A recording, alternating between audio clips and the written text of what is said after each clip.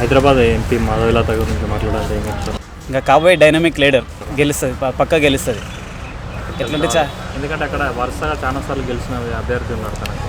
గెలిచినా కూడా ప్రజల మనసు వాళ్ళకి ఇప్పుడు 40 సంవత్సరాల నుంచి అసదుద్దీన్ గారు ఏం చేశారు అనేది వాళ్ళకి తెలుసు, ముస్లిం సోదరులందరికీ తెలుసు. ఇప్పుడు మాధవీలత గారు తన గుండె ధైర్యం చేసి కంపల్సరీ గెలుస్తారని నమ్మకంతో మేము పోరాడుతుంది. అదే నమ్మకం ప్రజలకు కూడా ఇచ్చింది. వాళ్ళందరూ ముస్లిమ్స్ కూడా ఆమెకు ఫేవర్గానే ఉన్నారు. గెలుస్తాయని అయితే 100% అనుకుంటున్నాం. ఎందుకంటే ఆమె డబ్బు కోసం వస్తలేదు కదా, ప్రజల కోసం నీతిగా నిజాయితీగా సేవ చేయడానికి వస్తుంది. వాళ్ళు నిజంగా ఈ యొక్క నిజాన్ని సత్యాన్ని గ్రహించి వాళ్ళు ఓటేసి ఆమెను గెలిపించుకుంటేనే వాళ్ళ అదృష్టవంతులు, లేకపోతే అంటే వాళ్ళ ఇంకా దురదృష్టానికి ఎవరుకున్నది అనమాట. చరిత్ర మార్చడానికి ఆమె ముందుకు వచ్చింది. అది మార్చుకునే బాధ్యత వాళ్ళ ప్రజలదే.